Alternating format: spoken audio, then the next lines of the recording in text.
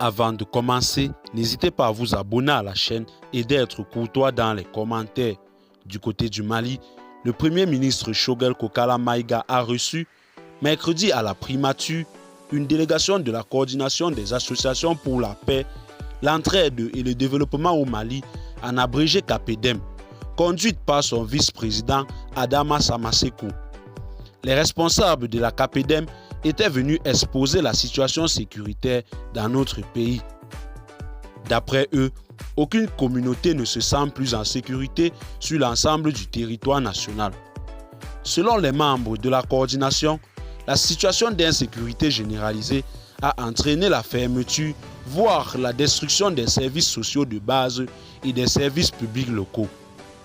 Elle a également rendu impossible la tenue de certaines foires hebdomadaires.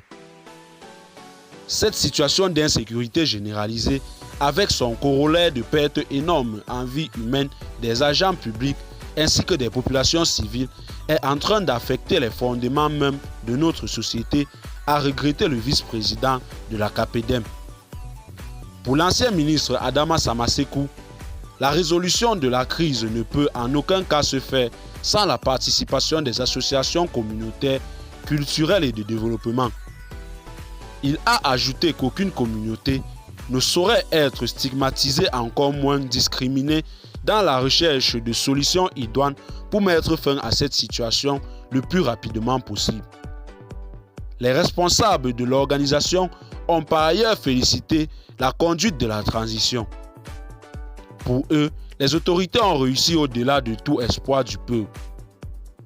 Le Premier ministre a apprécié l'initiative de la création de la CAPEDEM qui regroupe presque l'ensemble des associations communautaires œuvrant pour le retour de la paix dans notre pays.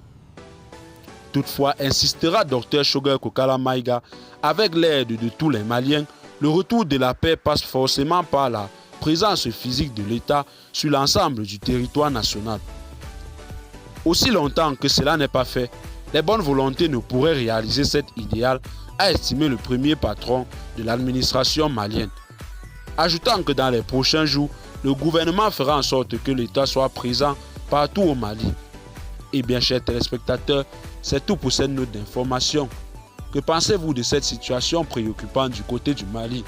Laissez-nous en commentaire vos impressions et à très bientôt pour une nouvelle note d'information.